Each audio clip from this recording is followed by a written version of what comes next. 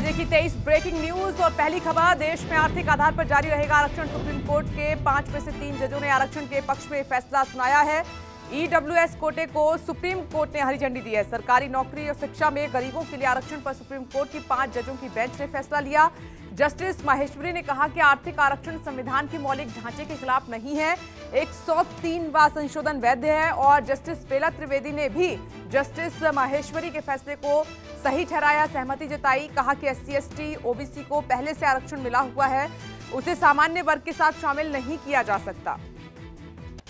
Justice U U Lalit ने EWS आरक्षण को गलत बताया। चीफ जस्टिस यूयू ललित की अगुवाई वाली 5 सदस्यीय बेंच में से 3 जजों ने संविधान के 103वें संशोधन को सही ठहराया। चीफ जस्टिस यूयू ललित और जस्टिस रविंद्र भट्ट ने ईडब्ल्यूएस आरक्षण के खिलाफ फैसला सुनाया। जस्टिस भट्ट ने कहा कि आरक्षण का लिमिट पार करना बेसिक स्ट्रक्चर के खिलाफ है। 3 जज जहां पर ईडब्ल्यूएस के पक्ष में रहे, वहीं 2 जजेस के खिलाफ नजर आए। सुप्रीम कोर्ट के फैसले पर अब सियासत भी खूब तेज हो चुकी है। बीजेपी नेता सुशील मोदी ने साधा आरजेडी पर निशाना। बीजेपी नेता सुशील मोदी का यह कहना है कि आरजेडी ने ईडब्ल्यूएस आरक्षण का विरोध किया था और आरजेडी शुरू से ही इसके खिलाफ थी। साथ ही उन्होंने आरजेडी को घेरते हुए यह भी कहा कि आरजेडी अब किस मुंह से सवर्णों से वोट मांगेगी। हिमाचल के रामपुर से बीजेपी अध्यक्ष जेपी नड्डा ने भरी हुंकार। जेपी नड्डा ने जनसभा को संबोधित करते हुए कहा कि जयराम सरकार ने योजनाओं का लाभ जनता तक पहुंचाया। पिछली सरकारों ने हिमाचल की अनदेखी की। डबल इंजन की सरकार में हिमाचल का विकास हुआ, हर घर में नल से जल पहुंचाया और आयुष्मान योजना से 5 लाख का मुफ्त इलाज मिला। उत्तर प्रदेश के मुख्यमंत्री योगी आदित्यनाथ ने ऊना में चुनावी हुंकार भरी। योगी ने देवभूमि को नमन कर मतदाताओं का स्वागत किया। योगी ने कहा कि उत्तर प्रदेश में माफिया हावी था, बहनें सुरक्षित नहीं थी, किसानों को कोई पूछता नहीं था। आज विकसित राज्य बना है, राम मंदिर बन रहा है, भारत की प्रतिष्ठा बढ़ी है। साथ ही योगी ने जनता से अपील करते हुए कहा कि यूपी की तरह हिमाचल में भी माफिया को खत्म करने के लिए बीजेपी को चुने। हिमाचल के ऊना से भरी प्रियंका गांधी ने हुंकार और प्रियंका गांधी ने कहा कि हिमाचल में कई सरकारी पद खाली हैं, पहली कैबिनेट में 1 लाख रोजगार देने का फैसला लेंगे। छत्तीसगढ़ में हमारी सरकार ने 5 लाख रोजगार दिए हैं। शिक्षक भर्ती और पुलिस भर्ती में घोटाला हुआ है। बीजेपी ने कुछ उद्योगपतियों को फायदा पहुंचाया है। 7वीं खबर। छत्तीसगढ़ के मुख्यमंत्री भूपेश बघेल ने साधा केंद्र सरकार पर निशाना। बघेल ने कहा कि बीजेपी की नीति है आम जनता की जेब से पैसा निकालकर उद्योगपतियों की जेब में डालना।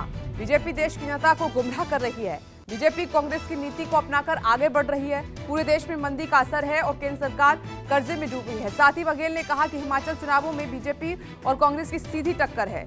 हिमाचल में कांग्रेस जनता को सपना नहीं दिखा रही, बल्कि राज्य में सरकार आने पर सब वादे पूरे किए जाएंगे। झारखंड के मुख्यमंत्री हेमंत सोरेन को सुप्रीम कोर्ट से बड़ी राहत मिली है। खनन विभाग का लीज आवंटित करने और उनके करीबियों द्वारा शेल कंपनी में निवेश करने के खिलाफ दाखिल जनहित याचिका पर सुप्रीम कोर्ट ने कहा कि जनहित याचिका मेंटेनेबल नहीं है और इसके साथ ही सुप्रीम कोर्ट ने झारखंड हाईकोर्ट के फैसले को पलट दिया है। कांग्रेस की भारत जोड़ो यात्रा आज तेलंगाना से महाराष्ट्र पहुंचेगी। महाराष्ट्र में राहुल गांधी की भारत जोड़ो यात्रा कुल 12 दिन रहेगी। 7 नवंबर से 20 नवंबर के बीच राहुल गांधी 5 जिलों में पदयात्रा करेंगे। 7 से 1 नवंबर के बीच वो नांदेड़ जिले में रहेंगे। 11 से 15 नवंबर के बीच राहुल गांधी हिंगोली जिले में रहेंगे। 18 से 20 नवंबर के बीच राहुल गांधी बुल्ढाना जिले में रहेंगे, जिसके बाद वो मध्य प्रदेश राज्य की सीमा में प्रवेश करेंगे। इस बीच महाराष्ट्र में राहुल गांधी 2 जनसभाओं को भी संबोधित करेंगे, जिसमें पहली जनसभा 10 नवंबर को नांदेड़ में होगी। सीएम केजरीवाल ने गुजरात चुनाव में पूरी ताकत झोंक दी है। केजरीवाल के गुजरात दौरे का चौथा दिन है। अरविंद केजरीवाल का आज राजकोट, रूरल, कालावड़ और तेजपुर में रोड शो। केजरीवाल 8 नवंबर को जूनागढ़, केशोद और मांगरोल में रोड शो करेंगे। गुजरात चुनावों को लेकर अरविंद केजरीवाल ने दावा करते हुए कहा था कि इस बार गुजरात में आपकी सरकार बनेगी और लोगों ने बीजेपी को हटाने का मन बना लिया है। यूपी के बुलंदशहर से खबर है, बेखौफ लुटेरों ने सराफा व्यापारी को गोली मारी। लुटेरे लाखों रुपए की कीमत की ज्वेलरी लूटकर फरार हो गए। पूरी वारदात का लाइव वीडियो सीसीटीवी में कैद हो गया था, जो अब सामने आया है। 2 दिन बाद भी पुलिस की गिरफ्त से बाहर हैं लुटेरे। लुटेरों की तलाश में पुलिस जुटी हुई है। बुलंदशहर की 7 पुलिस की टीमें दर वहां पर घूम रही हैं।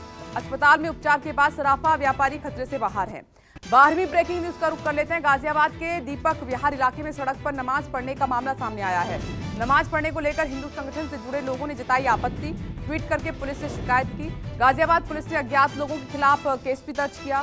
पुलिस ने सड़क पर नमाज पढ़ने वालों की पहचान कर कार्रवाई की बात कही है।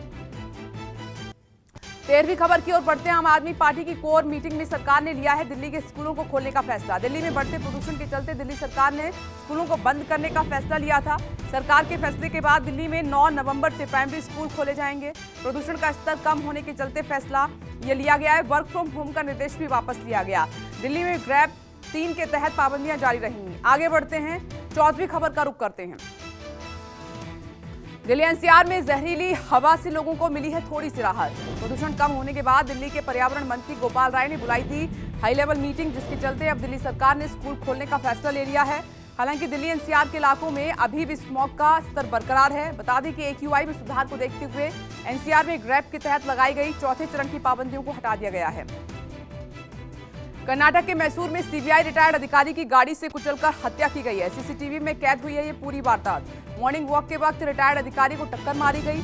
4 नवंबर को हुई घटना के सीसीटीवी फुटेज आने के बाद पुलिस आरोपी की तलाश में जुटी है और वीडियो में साफ साफ देखा जा सकता है कि कार चालक ने जानबूझकर रिटायर्ड अधिकारी को कार से रौंदा और फिर वहां से वो फरार हो गया।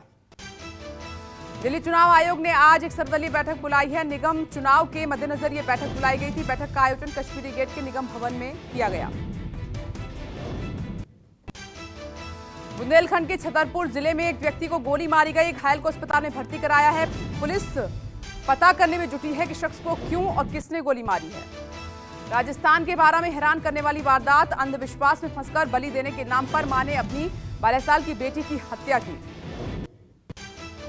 नोएडा के फेज 2 इलाके की एक्सपोर्ट कंपनी में भीषण आग से हड़कंप मचा है। दमकल की आधा दर्जन गाड़ियां मौके पर पहुंची। आग इतनी भयंकर थी कि आसमान में धुएं का गुबार छाया रहा। यूपी के जौनपुर में एक बैंक्वेट हॉल में चल रहे जादूगर के शो के दौरान जमकर मारपीट हुई है। जादू संचालक और दर्शकों के बीच में जमकर बवाल कटा है। यूपी के अंबेडकर नगर के जलालपुर में पुलिस और महिलाओं में जबरदस्त झड़प हुई है। गुस्साई महिलाओं ने सड़क पर जाम किया और उसके बाद फिर ये लाठीचार्ज भी हुआ है। Noida greater Noida express way पर यात्रियों से भरी मिनी बस आग लगने से वहां पर अफरा तफरी मच गई। बस चलकर खाक हुई। गनीमत ये रही कि जब आग भड़कने से पहले सभी यात्री वहां से उतर आए थे। राजसमंद के देवगढ़ में लड़की से छेड़छाड़ करने पर ड्राइवर और कंडक्टर को भारी पड़ा है। लड़की ने बस कंडक्टर और ड्राइवर की सैंडल से खूब धुलाई की है।